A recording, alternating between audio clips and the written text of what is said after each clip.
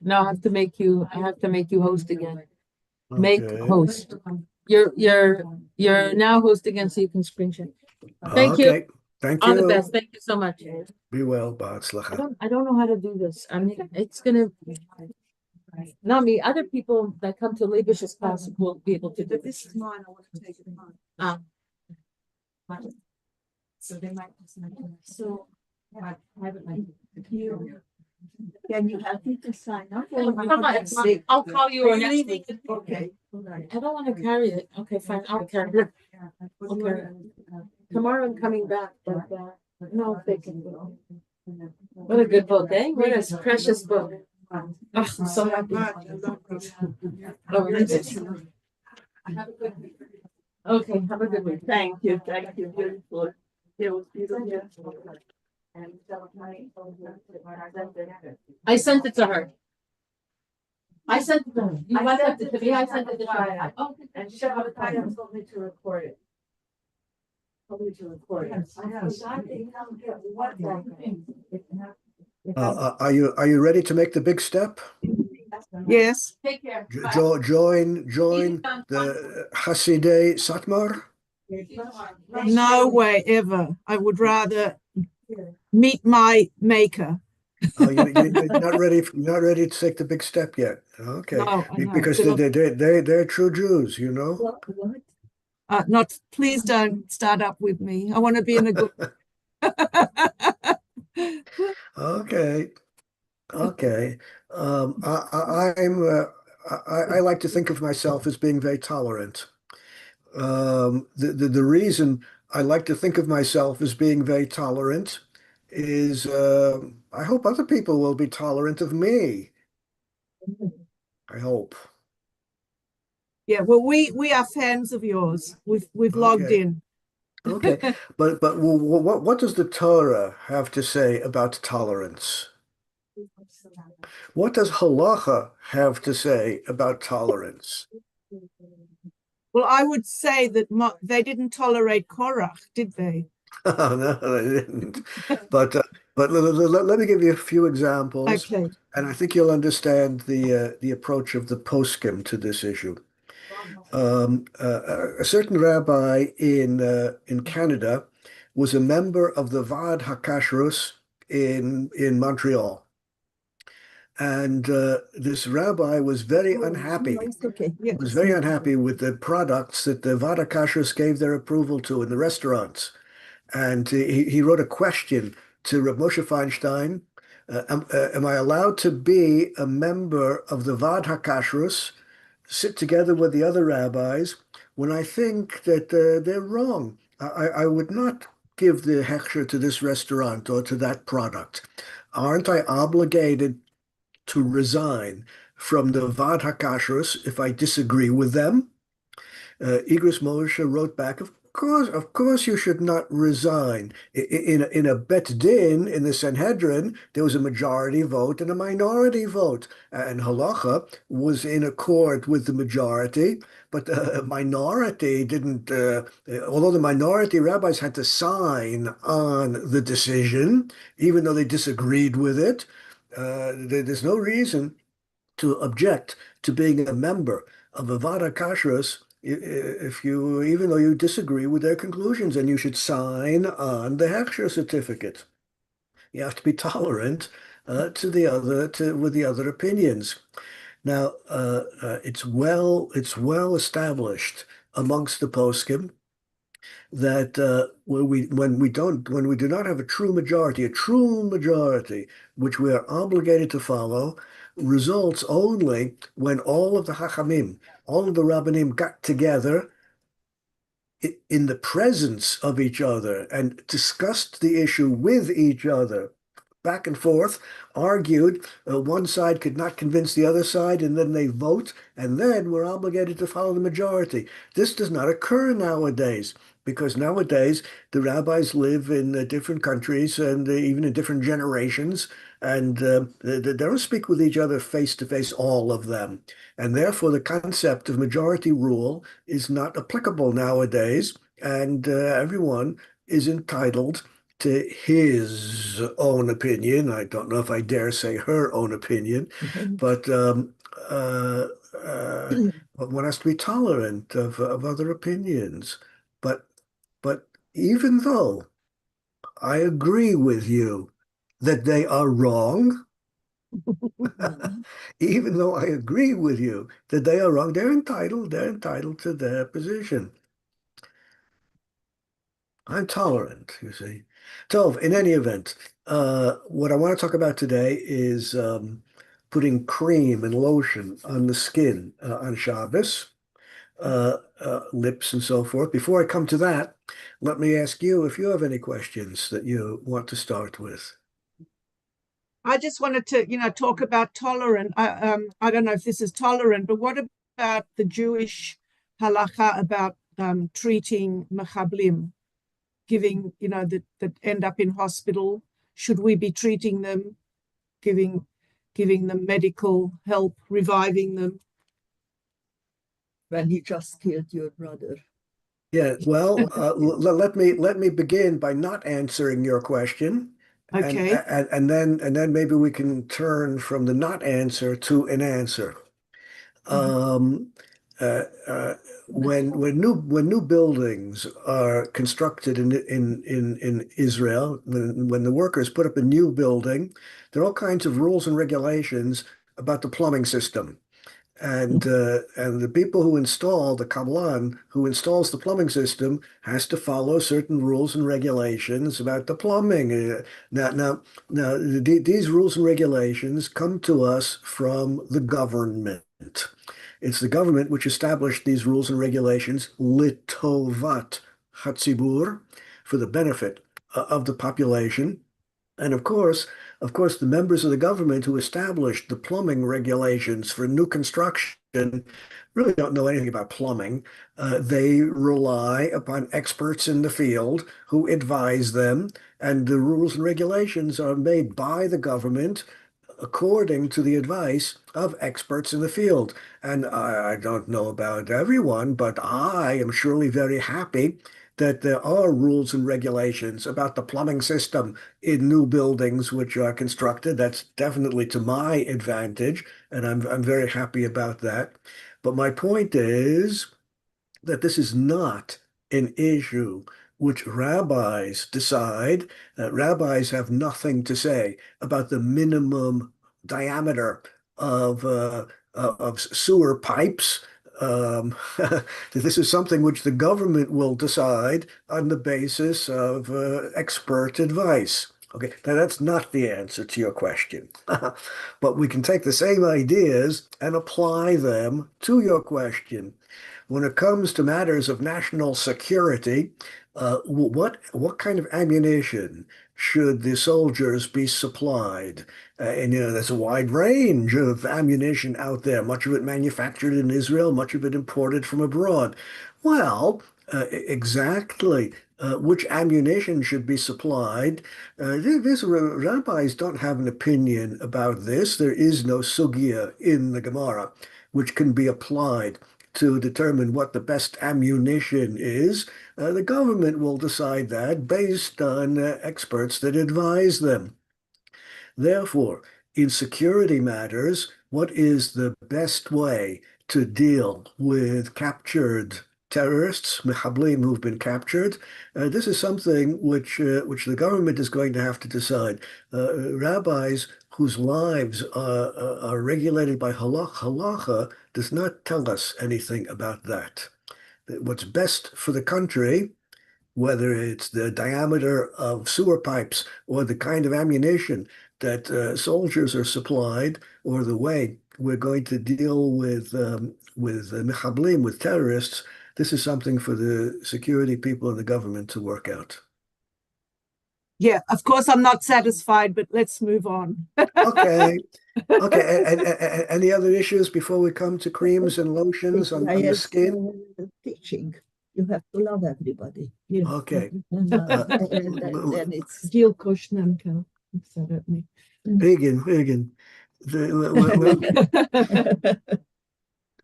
Let me get this on the screen. How do I do this? Why is it not working? Ah, here it comes. Okay. The Isur, the prohibition we're talking about in applying creams and lotions on the skin, the prohibition is the prohibition of mimareach, smoothing something over the skin. Now, if we can understand the definition of that prohibition, then we will know whether or not there are any creams or lotions which are permissible. Well, let's see.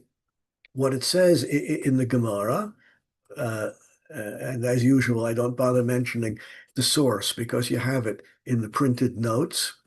Hamimareach ratia, someone who smooths a ratia. In Rabbinic Hebrew, ratia is what you put over a wound. You have an open lesion, cut on the skin, an open lesion. You want it to heal. What do you put over it? A ratia, a bandage, something like that. Well, you can't smooth a bandage over a wound on Shabbos. And if you do so, chayev. That's a Torah violation because of memachek. You can't smooth the bandage, the ratia, over the wound. Rashi explains, Mahlik tahboshet al hamaka, smoothing a tahboshet, a bandage, over the wound. That is an example of the Torah prohibition of mimareach on Shabbos. Rambam, not surprisingly, paskins exactly like we just learned in the Gemara. These are the words of Rambam. Hamimareach ratia. Kol shehu. He doesn't exactly quote the Gemara. He adds a little bit of explanation. Anyone who does any smoothing of a bandage over a wound, there is no shi'ur, there is no minimum smoothing to the prohibition.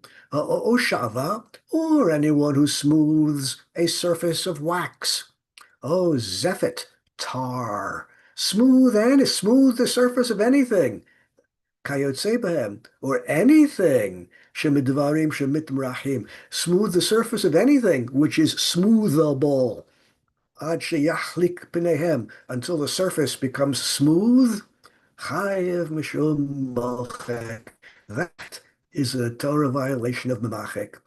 Okay, well, the Gemara is not, it doesn't go to length to explain all of the ins and outs of the prohibition.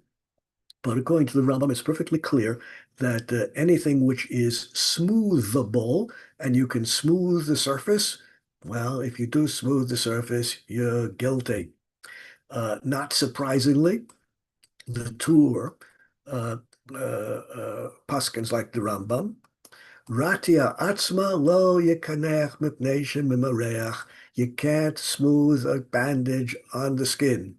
Then the Tur adds the words, Perush, the meaning of this, mashveh ota, making it equal. If the surface is made equal, even, if the surface is made even, that's the prohibition. Chayev chatas, that's a Torah violation of Shabbos. Well, this is pretty severe.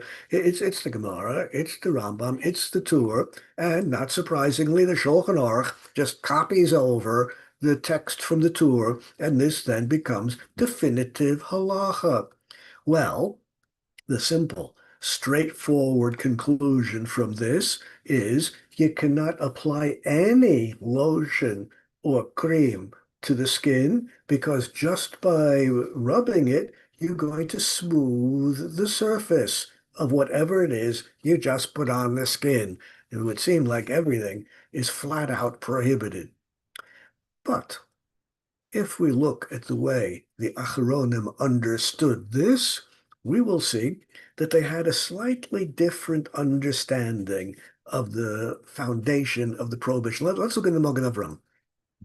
Magen Avraham, one of the two principal commentaries on the Shulchan Aruch, Rav Avraham Gombiner was his name, post 7th century. He asks, Lama lo yitchayev b'mishafshef rok al haritzpa. Now, the Magen Avraham is dealing with the halacha. Shulchan Aruch has all kinds of strange halachas in it. The Shulchan Aruch says trust me on this. The Shulchan Aruch says that if someone spits on the ground, I know that's not very polite, and I know you shouldn't do it, but if someone does it, the Shulchan Aruch says it is permissible to step on the spit that someone spit on the ground. Shulchan Aruch says it's permissible to step on spit. Magen Avraham says, why on earth is that permissible? If you step on spit, aren't you smoothing it out?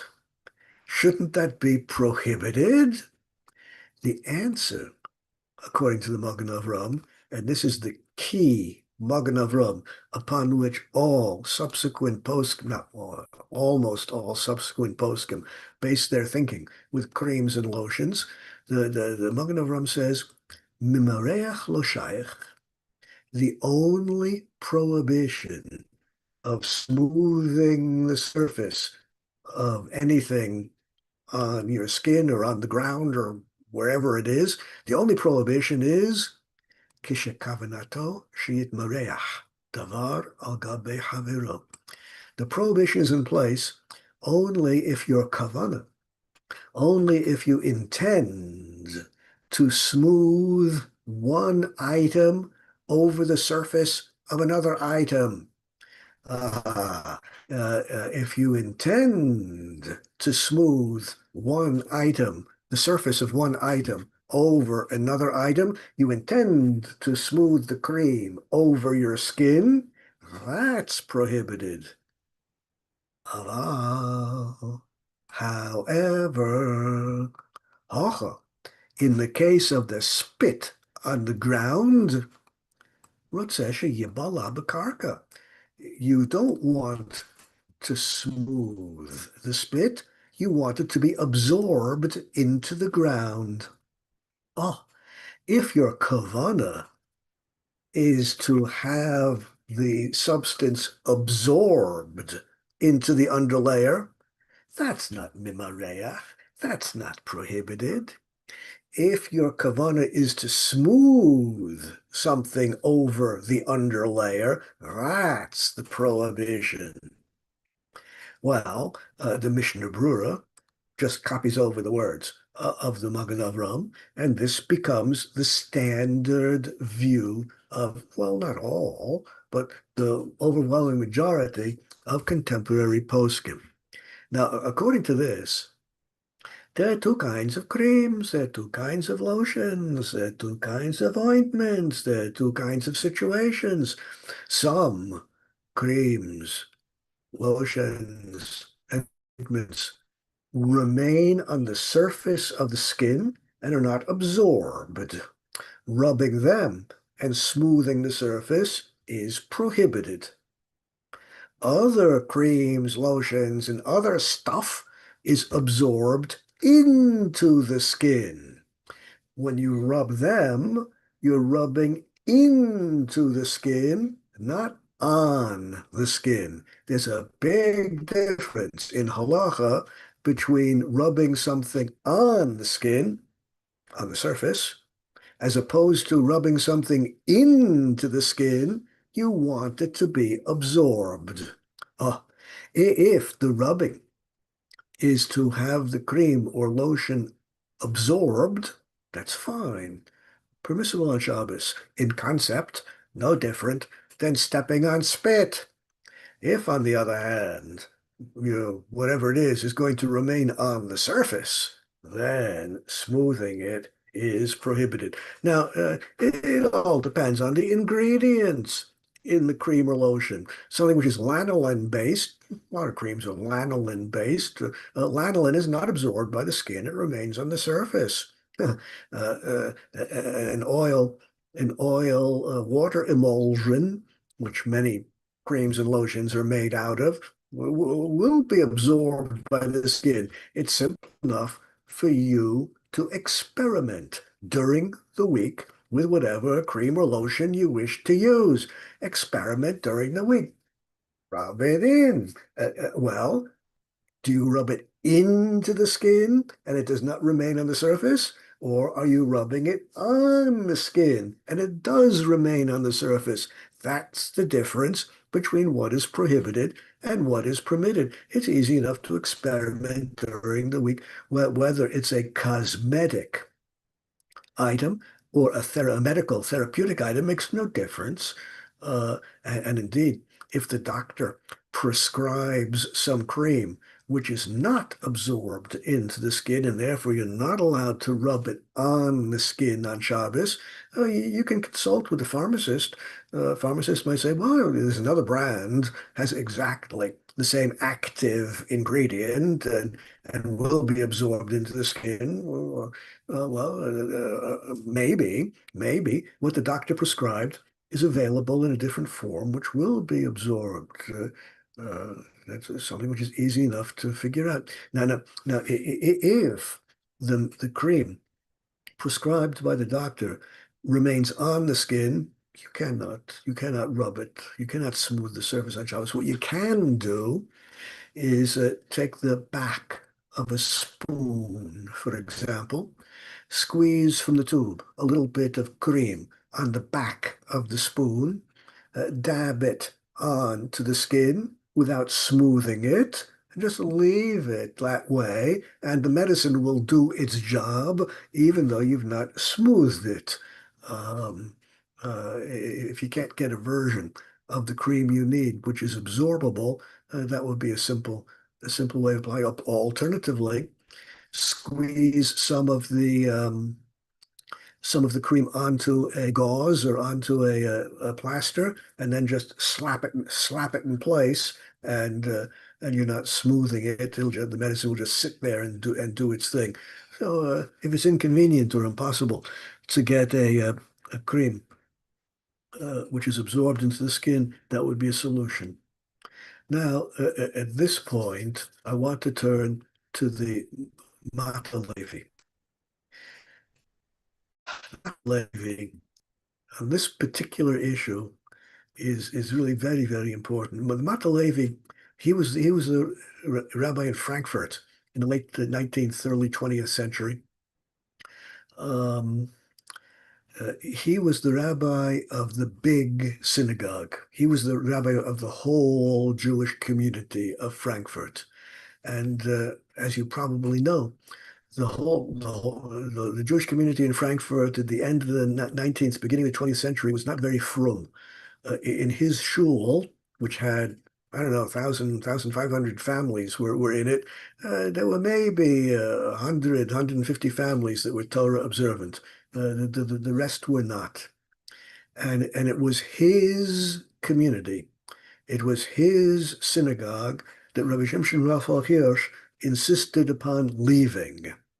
Rabbi Shimshon Raphael Hirsch, the great leader of Orthodox Judaism at the end of the 19th century, he said, we Torah observant Jews must abandon the big communities, we must abandon the big shuls and form our own Orthodox synagogues, which will be where all the members will be Torah observant. It's true that in the big community, the community of the Mata Levi, it's true that in that community, the shul operated in a halachic way. He was one of the great Talmidei Chachamim, and everything was halachically correct in the synagogue. They had a mechitza, and the tefillot, everything was halachically correct. But the overwhelming majority of the parishioners were not Torah observant at all. That's what Rabbi Shimshon Raphael Hirsch was unhappy about. And so there was this great conflict, a lot of tension between Rabbi Shimshon Raphael Hirsch, the leader of Orthodoxy in Europe, and the Mata Levi, who insisted on what in German is called the Einheitsgemeinde, the unified community.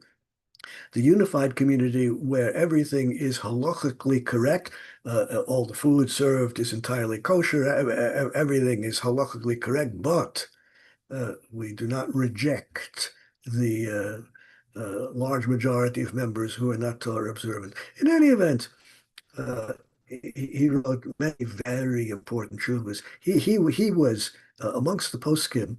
He falls on the stricter side of the spectrum. He he had many opinions which were extraordinarily strict. In fact, many of his strict opinions, although they were enforced in Frankfurt, are heard of nowhere else in the rabbinic world. For example, he held that all of our mikvahs today are possible, invalid. He with a wave of the hand, invalidated almost all of our mikvahs today. Why? Because the way mikvahs are built today, there are two compartments for water. One compartment has the rainwater. The other compartment has ordinary city water, which is changed frequently to keep it clean. And there's a small hole between the two compartments, and that hole allows the waters to mix, and that is called hashaka. Hashaka is the name of that, where mikveh water touches non-mikveh water. The mikveh water always purifies the other water. You have a glass of impure water. A dead fly fell into, well, that's not good. So someone who had contact with a dead body held the glass. So the water in the glass is now impure. A Kohen could not drink that water if he was engaged in the Beis Hamikdash and working. Well, you take that glass, submerge it carefully into a mikveh, so the mikveh water just laps over the top for a moment. As soon as you have contact between the mikveh water and the water in the glass, mikveh water purifies any other water it comes in contact with, and that's called eruv, mixing of the waters. And therefore, a small hole, poskim talk a lot about the diameter of the hole, the small hole between the chamber holding the rainwater and the chamber holding the city water purifies the city water, which can then be drained and cleaned regularly.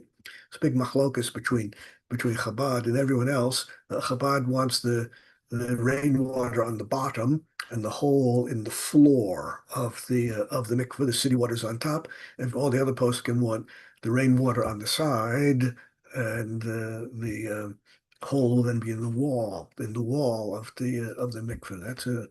That's a big machlokas in mikvahs today. So in any event, the Matalevi posseled. He held all of these mikvahs are invalid, whether it's Chabad or regular. They're all invalid because of a simple idea, the simple svara, the simple idea, the simple svara, which invalidates all of the mikvahs, he said, is eruv, mixing of the waters, mixing of the rainwater with the city water is valid for purifying the city water if you want the mixing to take place.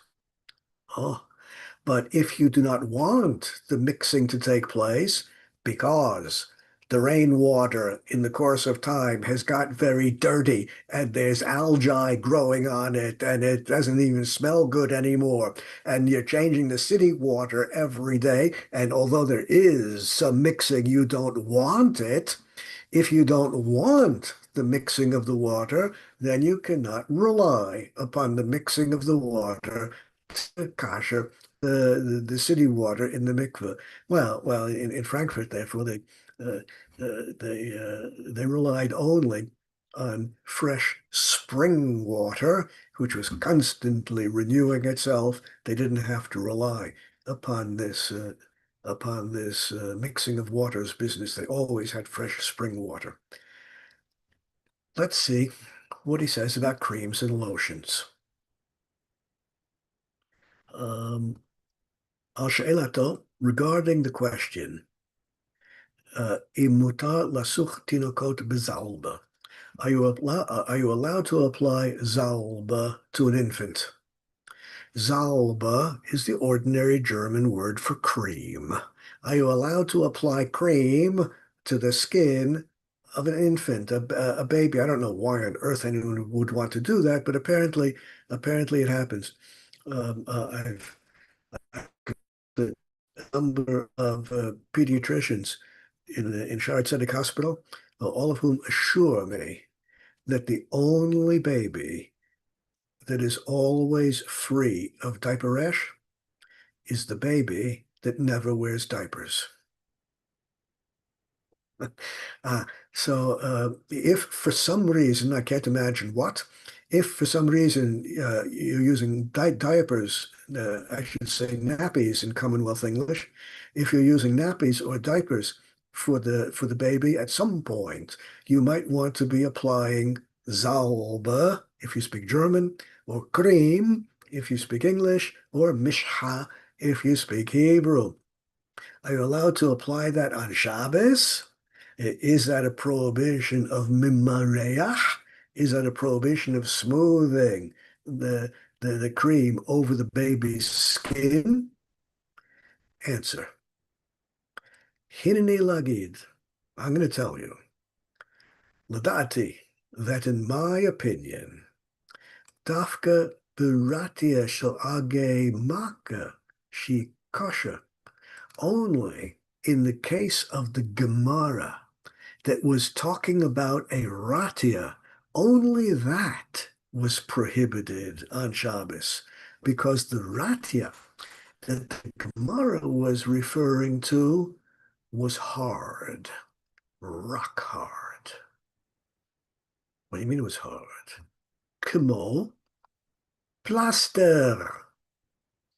Now, you know what plaster is? Plaster, you can buy it in any hardware store. It's a white powder.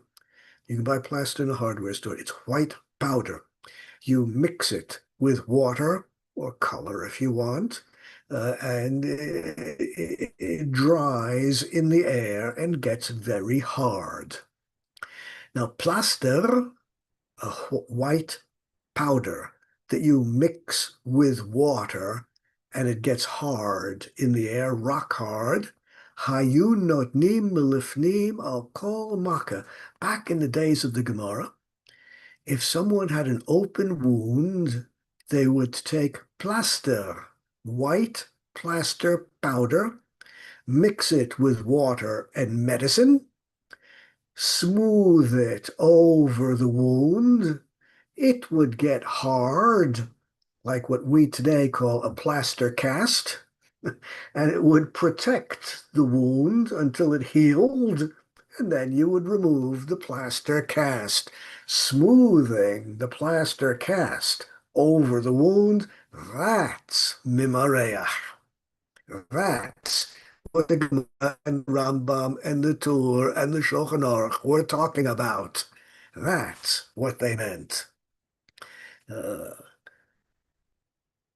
That's meruach. That's the prohibition. Aval bezalba, but cream, shehi raka, which is soft, lo sheach klal shimarech. There is no prohibition of smoothing it on the skin.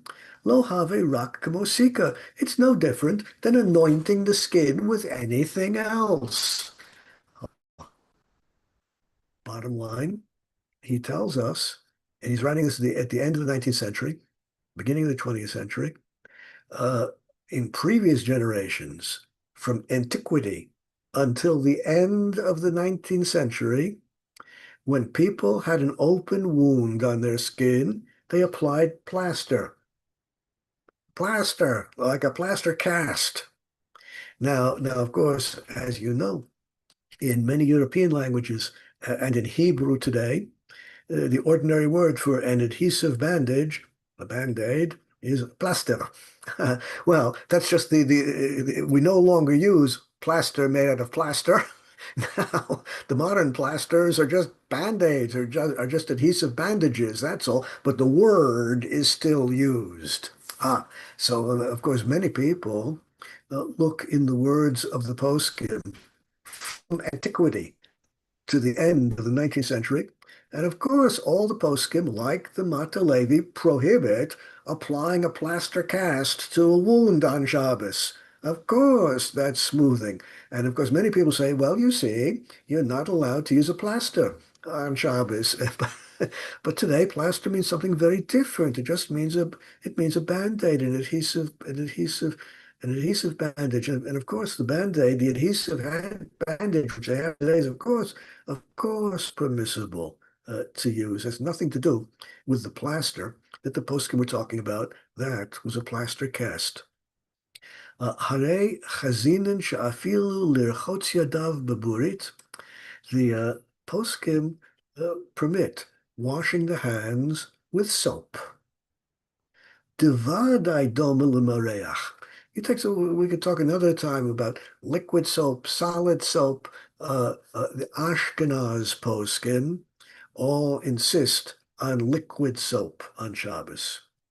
Sephardic poskim have no objection to a bar of solid soap as well. Ashkenazim, who should equip themselves with liquid soap to use on Shabbos, if for some reason the Ashkenazi has failed to provide himself or provide herself with liquid soap to use on Shabbos, a very simple solution, to just take a glass of water, put into it a bar of solid soap, come back 10 minutes later, and you have plenty of soapy water. Just use the soapy water to wash your hands or whatever it is you want to wash. But the reason Ashkenaz poskim prohibit the use of a solid bar of soap is not because you're smoothing the soap over the skin. It's because you're smoothing the bar of soap.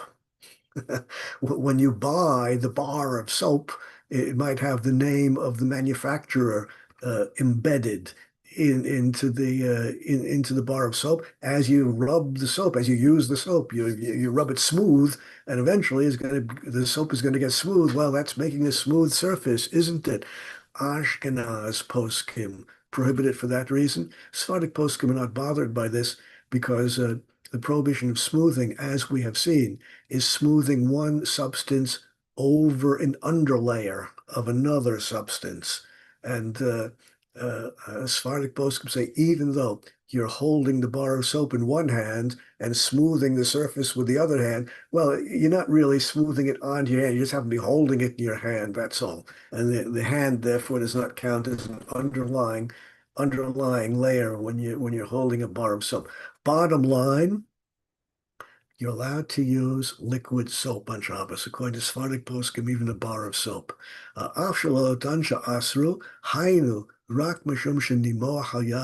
Well, if you use liquid soap, you're smoothing it over the surface of the skin, and no one objects to that. Well, bottom line, he comes to the conclusion, Niresh afilu mishum refuah ein bo. The only other objection we can have here is the objection of refuah. Medical therapy is in general prohibited on Shabbos. The reason Chazal in general prohibited medical therapy on Shabbos is lest you come to grind medicines.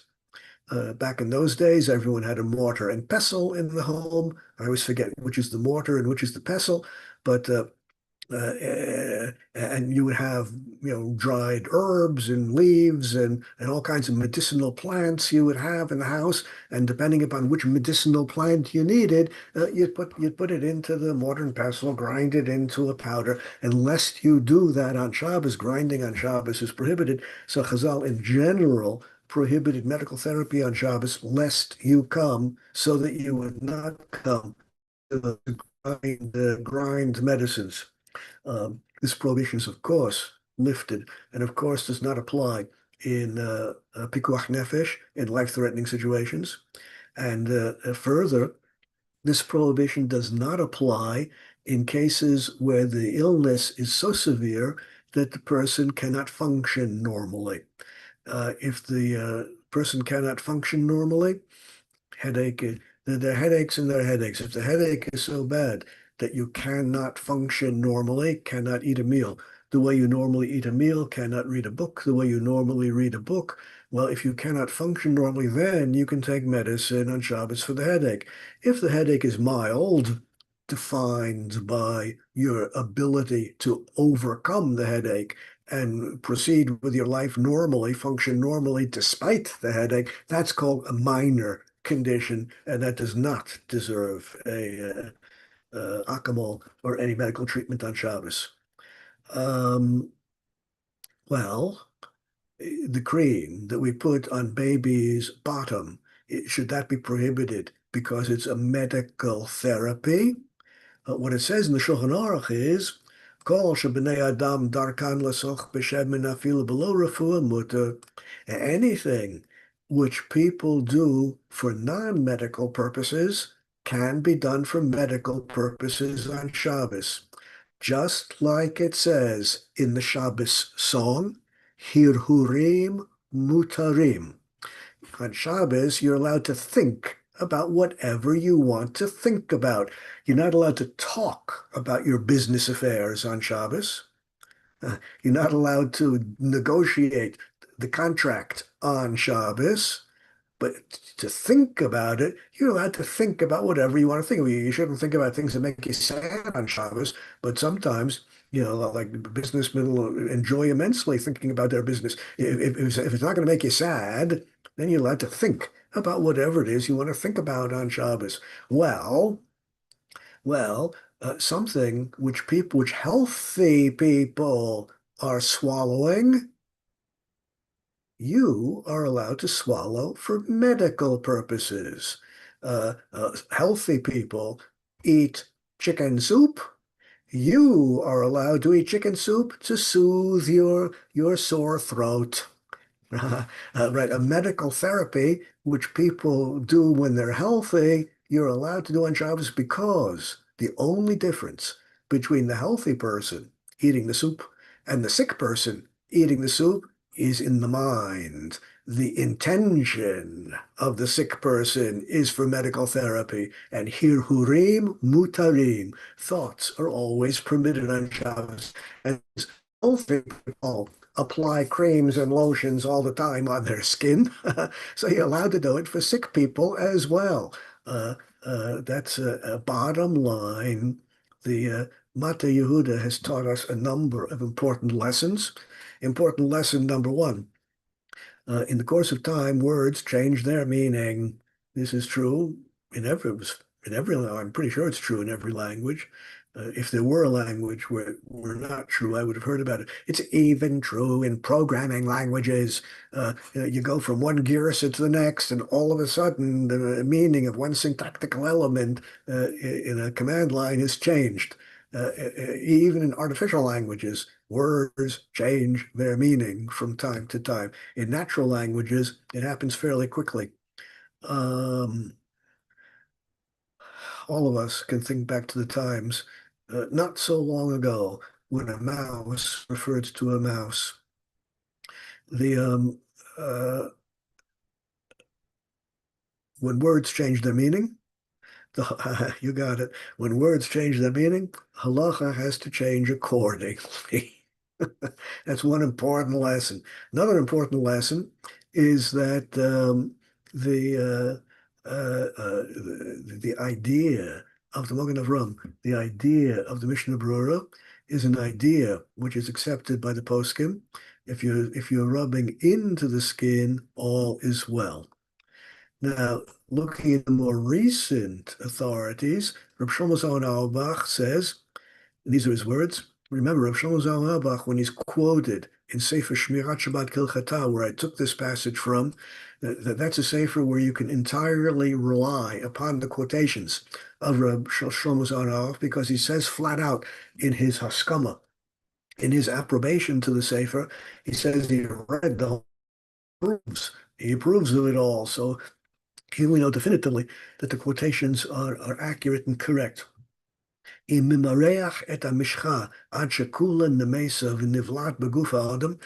rub the cream so that it melts and is absorbed into the body, that's not the prohibition of mimareach.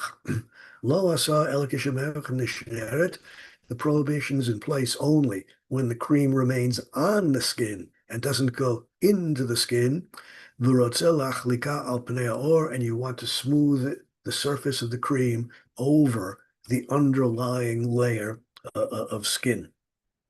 Now remember, remember that the Magen Avraham taught us, and this is the idea being embraced by the poskim, that the halacha depends not so much on the facts as on the kavanah.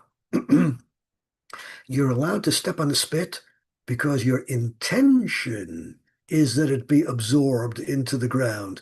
Whether it's going to be entirely absorbed into the ground or not, well, maybe it will be, maybe it won't be, but your intention is that it all be absorbed. If during the week you test out a cream or lotion and see that it can be entirely absorbed into the skin, then on Shabbos, as long as your intention is that it be absorbed, even if some remains on the skin, you're okay. It's your kavanah, which is important. Of course, if you practice during the week and it is impossible to get it absorbed into the skin, it always relies on the skin. That's called a psik resha.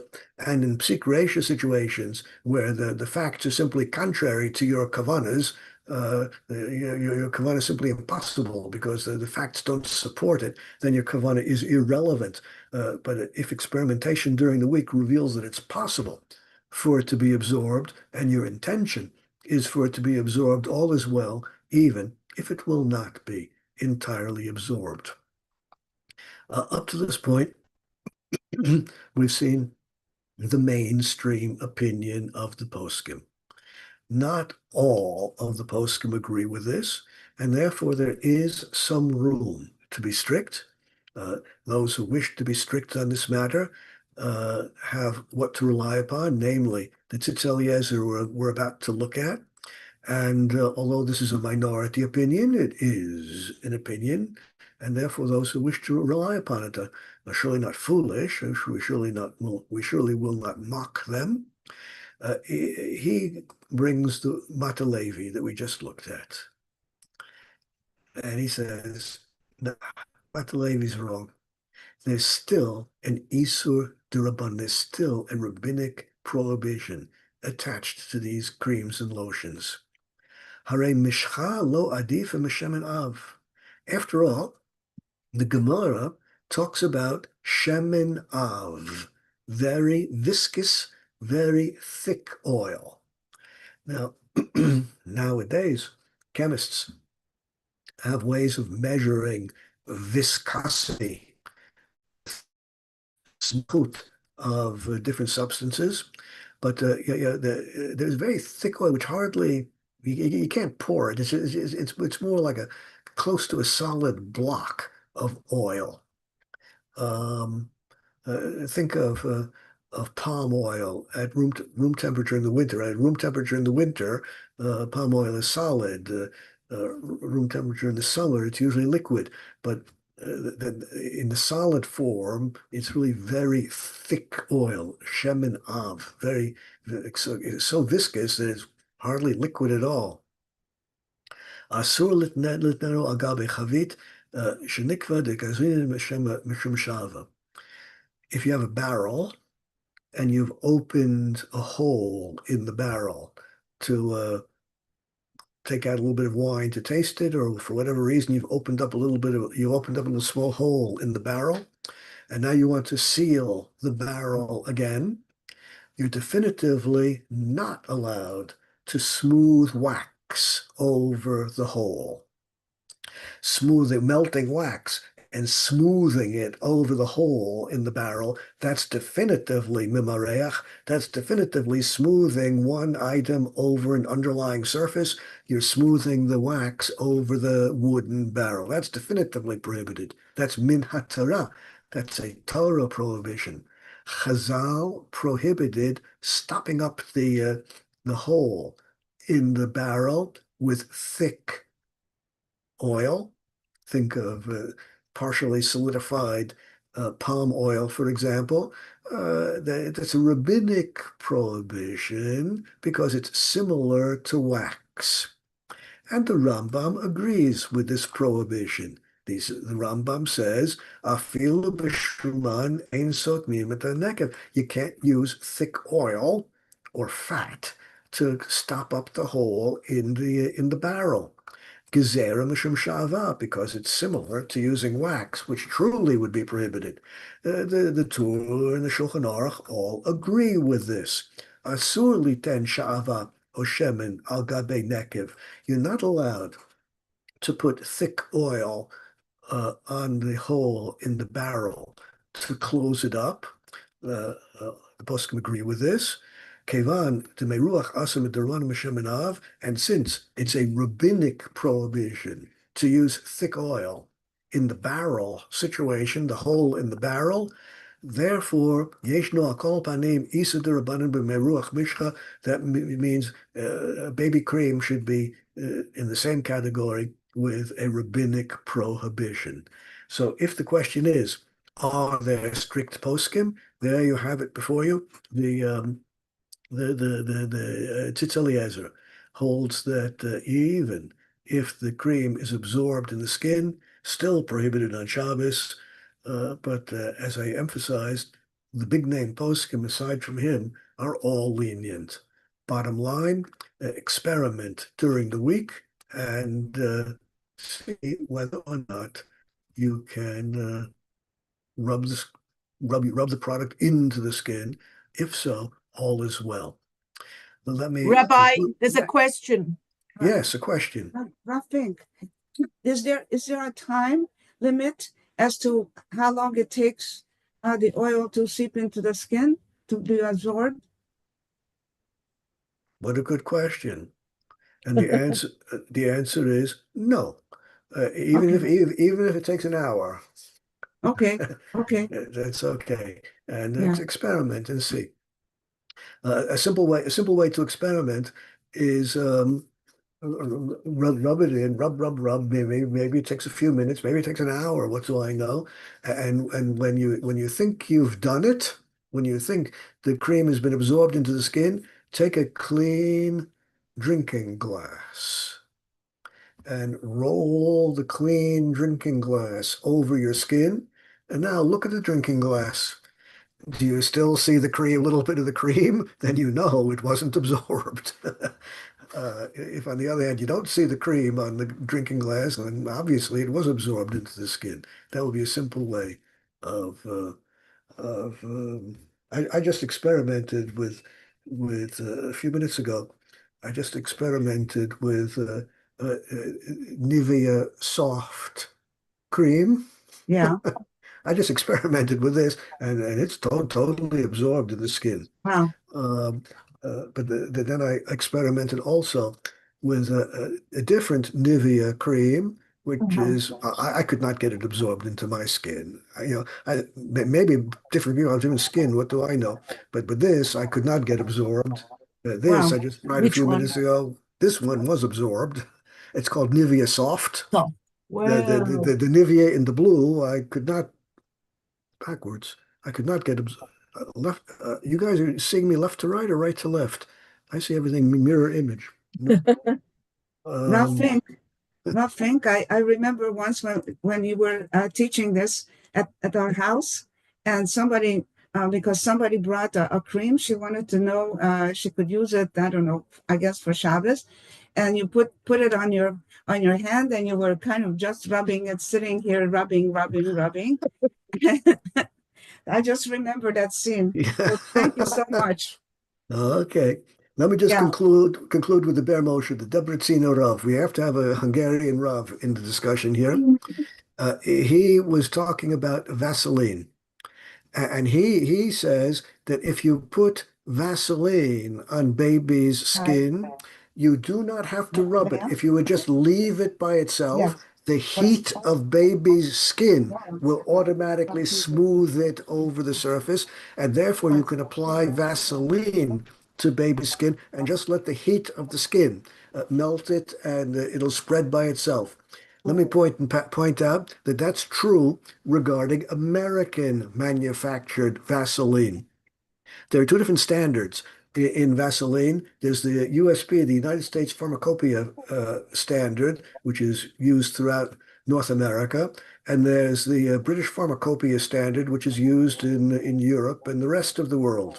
Vaseline is a fraction which comes from the cracking of oil in oil distillation, and there are different fractions which have larger and smaller molecules, and the different fractions used according to the British Pharmacopoeia and the United States Pharmacopoeia. The American Vaseline has slightly smaller molecules in it. It's a higher fraction, and therefore the heat of the skin will melt it.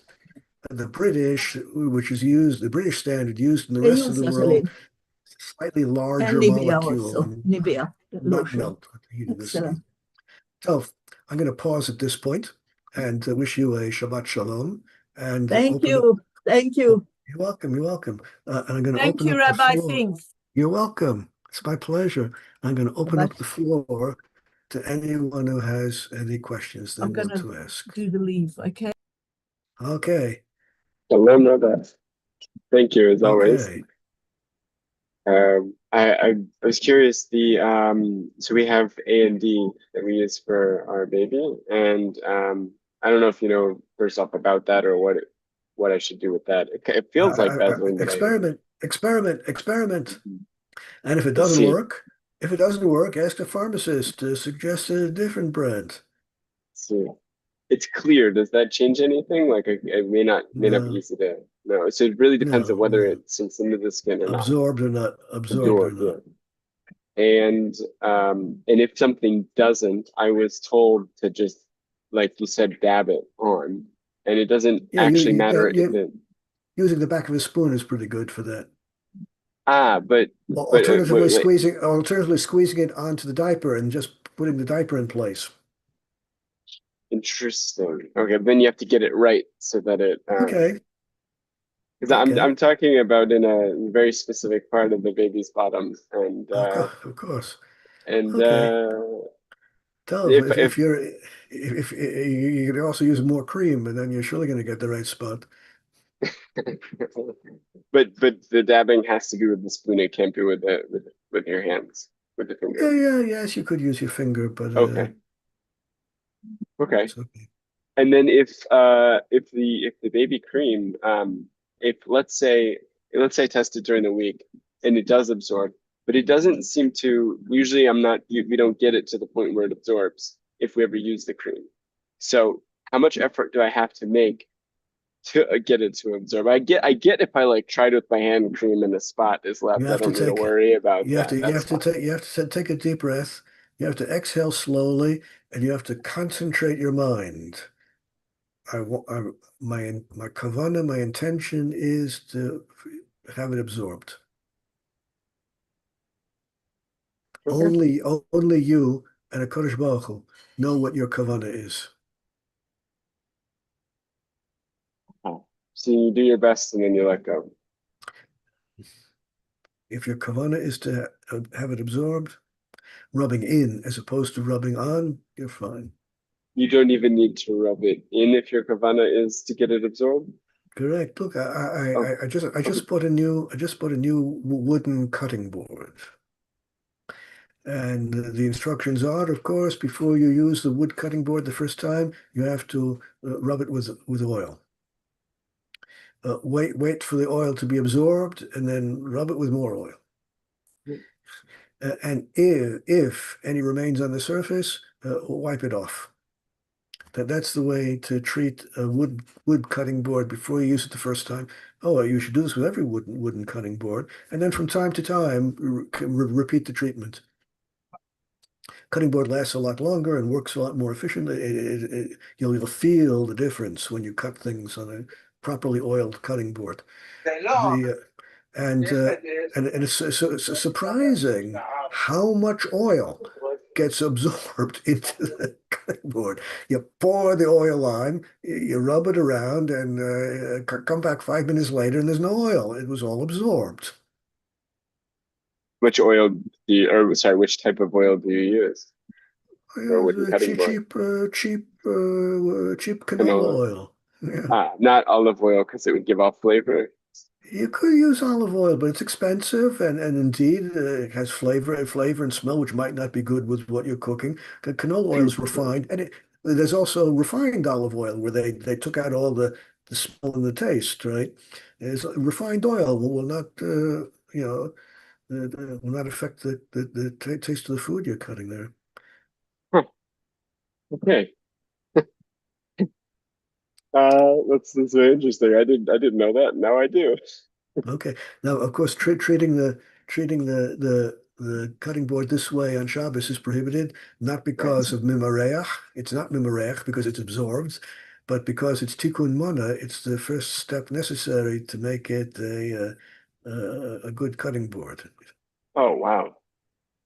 It's kind of like the opposite of makeh b'patish, or no? Yeah, No. makabeh patish. It is makabeh patish. Oh, it is. Okay. But it's like after it's already a completed product that makes it further completed product. So it's like makeh No, b'patish no, again. no, no, no, no. You can buy a perfectly completed shirt where um, a few stitches are holding it together. Just removing that thread is makabeh patish. I put a new shirt where perfectly new, but certain parts are pinned together in the package. Just drawing out the pin is makabeh patish. Wow.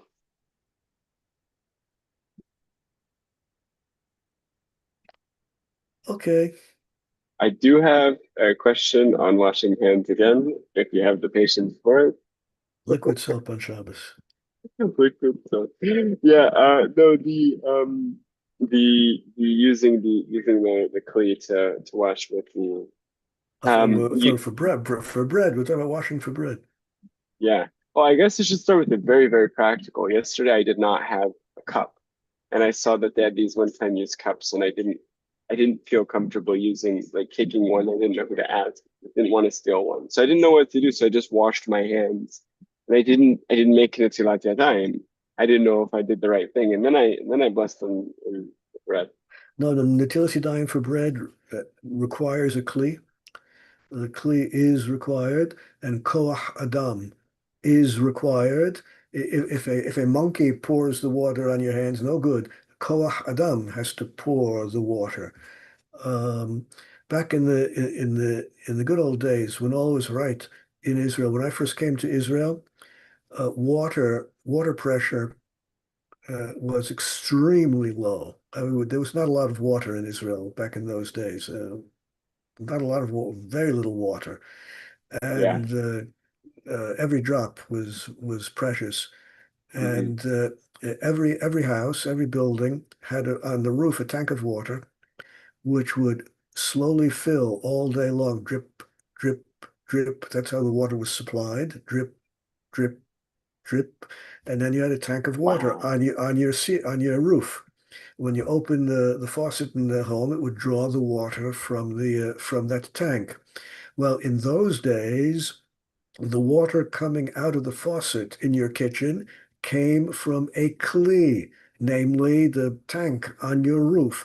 And Koach Adam would open the valve, and therefore in those days you could wash your hands for bread under the kitchen faucet. But now, of course, we have high pressure, and this doesn't work anymore. Yeah. So I in that situation, so I washed my hands, did not make Netilat Yadayim, but then it sounds like I shouldn't have touched the bread. I should have kept it around the piece of plastic still, even though my Correct, hands have been washed. correct. You should have. Wow. Okay, good to know. What if I did? So I didn't. But What did but it? What was I what actually doing? describe to me the situation again? Why didn't you? There was no kli available. There's no clean, and then there were these one-time coffee cups, and I didn't feel comfortable just taking. Couldn't ask. Oh, okay. Uh, um, well, part of the definition of kli is it has to be able to stand by itself. In Chutz La'aretz, they have these paper drinking cups which are conical in shape. Oh, You have that to, wouldn't work. Yeah. you have to hold them. They can't stand by themselves. Those are invalid in Chutz La'aretz. I haven't That is seen a them in Israel. thank God. No, these are normal standalone coffee cups. Okay. Okay. So that's good to know. And what's happening behind the scenes that I washed my hands, but I didn't wash it with a kli, and then I touched the bread. Like what is or my hands still have tuma on it? Yeah, Was there never tuma? your hands are sheni latuma, second degree tamei. And when I wash it with water, then they That become purifies the hands, right? Right. right. Sheni latuma, second degree tuma that we're talking about is durabanan, and therefore does not require a mikveh to purify the hands, and therefore Chazal, who instituted the tuma, instituted the method of tahara, namely like this. You can use a mikveh before eating bread, just immerse Oh, the hands.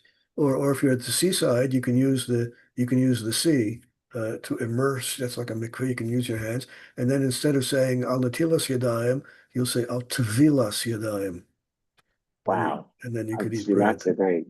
Yeah, Wow. But then, okay, so then in that case, with Tfilat Yadayim and then Netilat Yadayim, if I understood your two-part shiur correctly, and the answer after is, I am able to make the blessing before the Netilah and the Tefillah, or afterwards. correct. I would make it after Okay, because because when someone converts to Judaism, he or she has to go into the mikveh, but cannot make the bracha before immersion because he or she is not yet Jewish. And therefore, the bracha on immersion for a convert must be after the immersion. The way they do it is after the immersion, while the convert is still in the water, just head above water. That's when the bracha is pronounced after immersion, but the body is still in the mikveh. The head is over. Therefore, Chazal said, since that's the inevitable rule with a ger, everyone who uses a mikveh, in those days men and women were required to use mikveh. Nowadays it's only women. Women make the bracha after immersion when their head comes out of the water. Similarly with netilas yadayim, you can't make the bracha before because your hands are not pure yet. So you have to make the bracha after. But just as one should make the bracha after the mikveh before totally exiting the mikveh, similarly, one should make the bracha after tevila or netila of the hands before completely drying them. so that makes sense. That parallel makes sense. How does that square with the idea that Chanukiah and Lulav and Etrog are blessed right before, and then the act is done? Correct. All in every other case, these are the only exception. The reason is because of the ger. In every other case, the bracha has to be first, and if you forgot the bracha, it's too late to do it later. Wow. Okay.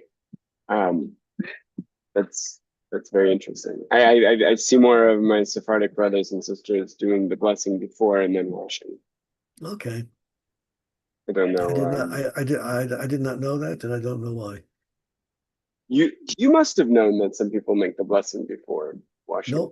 No, I did not know. No way. But Wow. I'm going to look. I'm Yetz Hashem. I'll look into it. All right. Well, thank you. I appreciate Okay. the understanding. Have a Okay. great Be day. well. Shalom. Shabbat Shalom. shalom. Shalom.